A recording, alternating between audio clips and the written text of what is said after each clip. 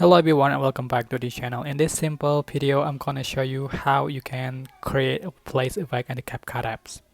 So you can tap on new project, select your video that you want to edit, and I'm going to open my project. So I already have a video here. And then to create a place effect, you are just going to add the video effect. Just click effects and select video effects. So there are several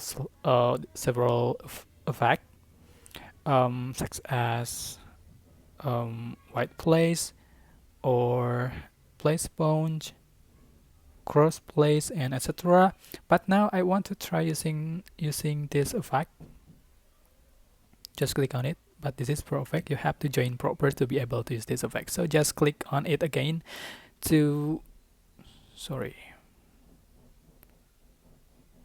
just click on it again to adjust for the effect, just for the glow and the speed. And after done, you are just going to click check mark. Just click on it.